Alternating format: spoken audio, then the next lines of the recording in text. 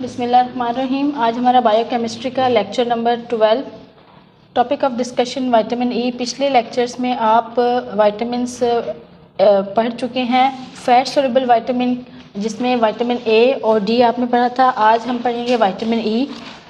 सबसे पहले vitamin E क्या है? Vitamin E is also fat soluble vitamin.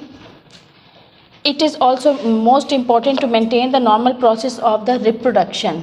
ये जो विटामिन है इसका मेन रोल रिप्रोडक्शन में है। जैसा कि इसके नाम से जाहिर है कि इस नाम की जो ओरिजिन है वो टोकोफिरॉल है। Tocopherol is consisting of two words. Toco means, tokos means child birth and phero means to bear. तो ये जो विटामिन है ये बहुत इम्पॉर्टेंट रोल करता है in the process of fertility. In the fertility को ये इंक्रीज़ करता है। टोको का मतलब है चाइल्ड बर्थ एंड फिरो का मतलब है टू बियर।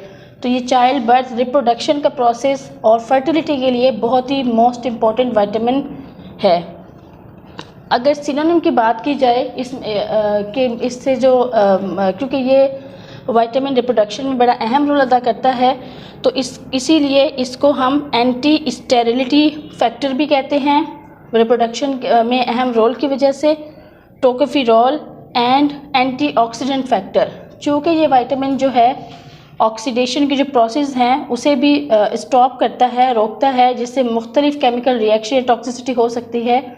तो इसलिए इसे एंटीऑक्सीडेंट फैक्टर भी कहा जाता है। केमिकल स्ट्रक्चर आपकी बुक में गिवन होगा, ये इतना इम्पोर्टेंट नहीं है। बस आप इस जो है ना इसे वैसे देख लें कि ये डेरिवेटिव है किसका। मिथाइल ग्रुप इसमें प्रेजेंट है जो कि शो करता है कि केमिकली जो है ना ये मिथाइल डेरिवेटिव्स हैं ऑफ कंपाउंड टोकोल। क्योंकि मिथाइल ग्रुप प्रेजेंट है, मल्टी मिथाइल ग्रुप प्रेजेंट है, तो इसकी वजह से ये क्या कहलाता है? केमिकली ये मिथाइल डेरिवेटिव्स हैं of compound tocol. Fat soluble vitamin chemical properties इसकी है कि फैट सोल्युबल विटामिन है and stable to heat and the acid. Heat and acid में भी इसकी स्टेबिलिटी बरकरार रहती है। Alpha tocopherol is the most abundant and active form of the vitamin. Alpha tocopherol, जैसा कि आपने पिछले लेक्चर में पढ़ा था कि विटामिन डी जो है वो मैनी टाइप्स हैं, उसकी D1 से लेके D10 तक, लेकिन जो मोस्ट इम्पॉर्टेंट है विटामिन D2 एंड D3 थी। इसी तरह से इसकी भी जो अल्फ़ा टोकोफिरॉल है वो सबसे ज़्यादा most abundant and active form है विटामिन ई की। सोर्सेस विटामिन जो ई है एनिमल सोर्स से भी हासिल किया जाता है और प्लांट सोर्स से भी हासिल किया जाता है। अगर एनिमल सोर्स की बात करें उसमें डेयरी प्रोडक्ट्स हैं, egg yolk, milk, liver, cheese and the butter. Plant source में wheat germ oil, cotton seed oil and the peanut oil में ये प्रेजेंट है। फंक्शंस ऑफ विटामिन ई, जैसा कि हमने पढ़ा था कि ये एंटीऑक्सीडेंट फैक्टर भी कहलाता है, तो उसमें इसका बहुत ही अहम रोल है as an antioxidant. Vitamin E जो है, ऑक्सीडेशन क्या होता है कि ऑक्सीडेशन में अगर कोई भी फ्री रेडिकल रिलीज़ होता है और वो आपकी बॉडी में डिफरेंट जो केमिकल्स हैं उसके साथ बाउंड होके मुख्तलिफ केमिकल रिएक्शन प्रोड्यूस कर सकता है। अगर कोई भी फ्री रेडिकल रिलीज़ होता है वो फ्री रेडिकल दूसरे केमिकल्स के साथ बाउंड हो जाता है। बाउंड होने के बाद वो डिफरेंट केमिकल रिएक्शंस पैदा करता है और इसके साथ साथ वो मुख्तलिफ टॉक्सिसिटी भी, वो केमिकल्स जो बन जाते हैं फ्री रेडिकल की मौजूदगी की वजह से, वो क्या कर सकते हैं? टॉक्सिसिटी कॉज कर सकते हैं। तो जो विटामिन ई है वो एज एन एंटीऑक्सीडेंट है कि ये ऑक्सीडेशन के जो प्रोसेस हैं उसे ये क्या करता है?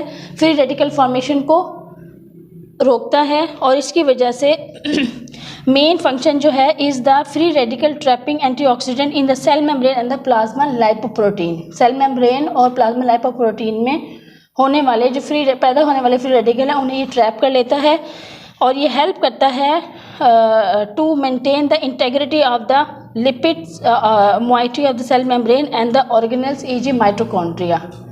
तो इस तरह से ऑक्सीजन जो फ्री रेडिकल है उसे ट्रैप करने के बाद ये आपकी जो सेल मेम्ब्रेन है और जो लिपिड मॉइटी है सेल मेम्ब्रेन की उन्हें उनकी इंटेग्रिटी को मेंटेन भी करता है और आपके जो डिफरेंट ऑर्गेनल्स हैं उन्हें प्रोटेक्ट भी करता है, जैसा कि mitochondria. Vitamin E acts as antioxidant at the higher oxygen partial pressure. RBCs membrane, respiratory tract and the retina. मतलब कि ये RBCs की मेम्ब्रेन और membrane respiratory tract and the retina, इस तरह से ये उनकी भी प्रोटेक्शन करवाता है। दूसरा फंक्शन है एक्ट एज अ कोएंजाइम। ये मुख्तलिफ एंजाइम के साथ मिलके कुछ केमिकल रिएक्शंस हैं उसमें हेल्पफुल होता है, इसलिए ये acts as a coenzyme, enzyme के साथ मिलके भी कुछ फंक्शंस परफॉर्म करवाता है, इसलिए इसको कहते हैं कि ये कोएंजाइम के तौर पे भी एक्ट करता है। थर्ड है DNA synthesis, it controls the rate of synthesis of DNA. Vitamin E control the rate of synthesis of the DNA. Muscles में भी it is important for the normal functioning of the muscles. Care of RBCs, जैसा कि आपने पढ़ा था कि vitamin E जो है ना वो एक्ट करता है as an antioxidant even at the high oxygen partial pressure. तो इस तरह से ये जो आरबीसीज है उनको भी किससे बचाता है, उनको भी प्रोटेक्शन प्रोवाइड करता है, और प्रोटेक्शन प्रोवाइड होने से जो आरबीसीज हैं वो फर्दर हीमोलाइसिस से बच जाते हैं, हीमोलाइसिस नहीं होने देता। इस तरह से ये आरबीसीज की भी प्रोटेक्शन करता है और उनकी जो मेम्ब्रेन है उसे डैमेज से बचाता है by acting as an antioxidant. Free radical जो फॉर्म होते हैं उन्हें वो सेल मेम्ब्रेन जो है आरबीसीज की वहाँ तक नहीं पहुँच पाते, इस तरह से ये उन्हें प्रोटेक्ट करता है और फर्दर हीमोलाइसिस से बचाता है। एज एन एक्टिवेटर, एक्टिवेटर क्या होता है, एक्टिवेटर के कोई भी केमिकल रिएक्शन है या कोई भी एंजाइम है उसे जो है ना प्रोसेस को एक्टिवेट करना, उस प्रोसेस में इन्वॉल्व होना ताकि वो प्रोसेस जो है ना ये तो फास्ट हो जाए, अगर स्लो तो ये एक्टिवेटर के तौर पे भी एक्ट करता है for the enzyme system such as cytochrome C reductase. वो रिएक्शन जो कि साइटोक्रोम सी रिडक्टेज एंजाइम की मौजूदगी में होता है, तो उसके लिए विटामिन ई जो है वो एक्ट एज एक्टिवेटर काम करता है। रिप्रोडक्शन, जैसा कि आपने पढ़ा कि ये एंटी स्टेरिलिटी फैक्टर भी कहलाता है, इसका बड़ा रोल है रिप्रोडक्शन में। तो क्योंकि ये जो वो है फर्टिलिटी का जो प्रोसेस है ये उसको फर्टिलिटी को कम करता है, तो इस तरह से it is necessary for the normal process of reproduction. तो ये नॉर्मल जो प्रोसेस है उसमें भी बहुत हेल्पफुल है और it keeps the layer of the embryo healthy and it useful in the prevention of the habitual abortion. Habitual abortion की जो मेम्ब्रेन है उसे ये प्रोटेक्ट करता है, तो जो हैबिचुअल एबॉर्शन होता है उससे भी ये प्रिवेंट करता है, उसे भी वो नहीं होने देता। Act as a drug use in the angina pectoris and coronary insufficiency. Angina pectoris दिल की बीमारी है और कोरोनरी इनसफिशिएंसी है, तो उसमें भी ये एज अ ड्रग के तौर पे इस्तेमाल होता है। अब डेफिशिएंसी ऑफ विटामिन, वो तमाम फंक्शंस जो विटामिन ई परफॉर्म करता है, अगर उसके जो ऑपोजिट डिजीज़ होती हैं तो इसका मतलब है कि उसकी डेफिशिएंसी से वो तमाम डिजीज़ बढ़ जाएंगी बॉडी में। सबसे पहले जो हम करेंगे हीमोलाइसिस, जैसा कि आपने पढ़ा कि फ्री रेडिकल जो फॉर्मेशन होती है उसे ये इंट्रैप कर लेता है और उसकी वजह से सेल मेम्ब्रेन है उसकी लाइसिस नहीं होने देता। इस तरह से अगर विटामिन ई नहीं होगा तो क्या हो जाएगा, हीमोलाइसिस। हीमोलाइसिस जो है rupture of RBCs membrane due to increase lipid पर ऑक्सीडेशन।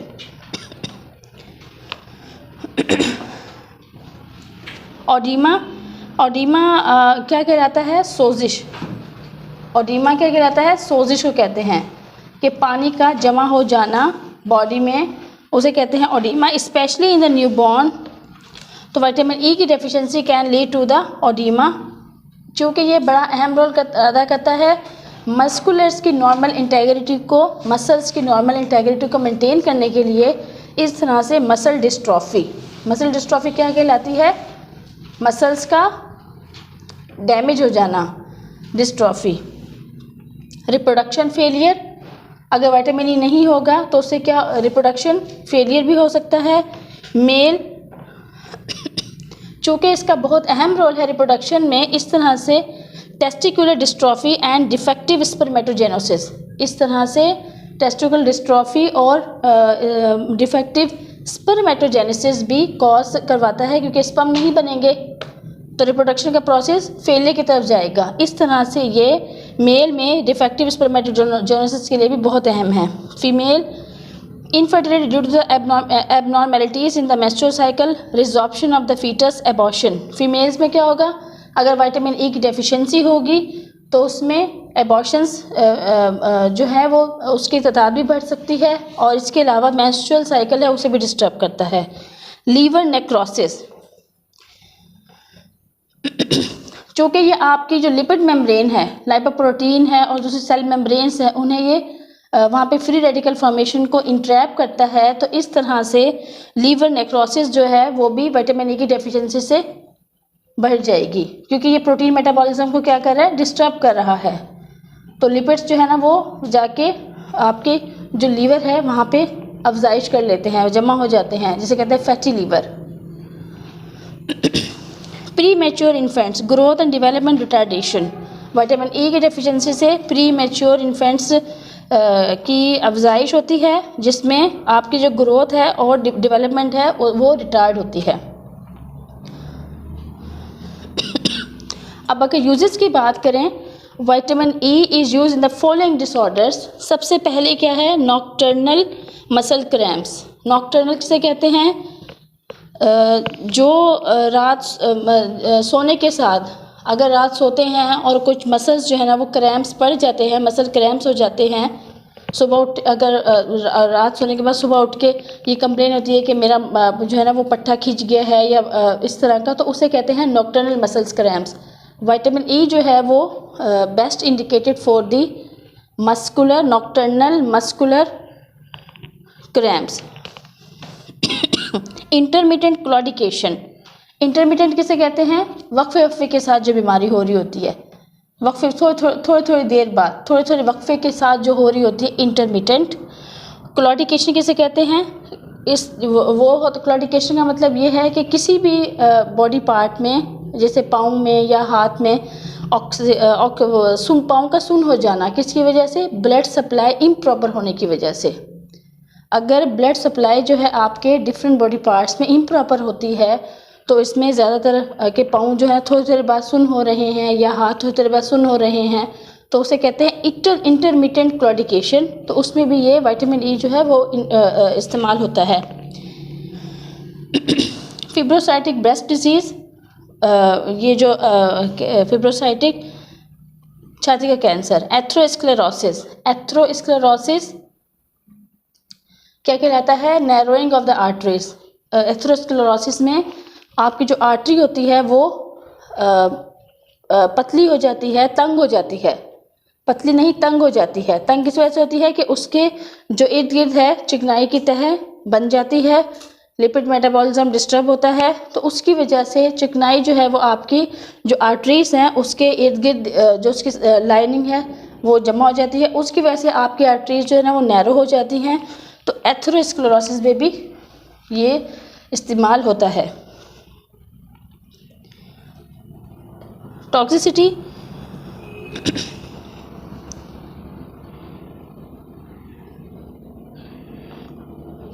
स्टडी ये शो करती है कि विटामिन ई जो है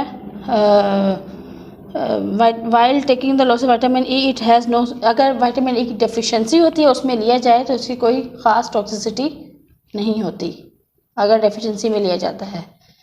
तो यहाँ हमारा आज का लेक्चर कंप्लीट होता है।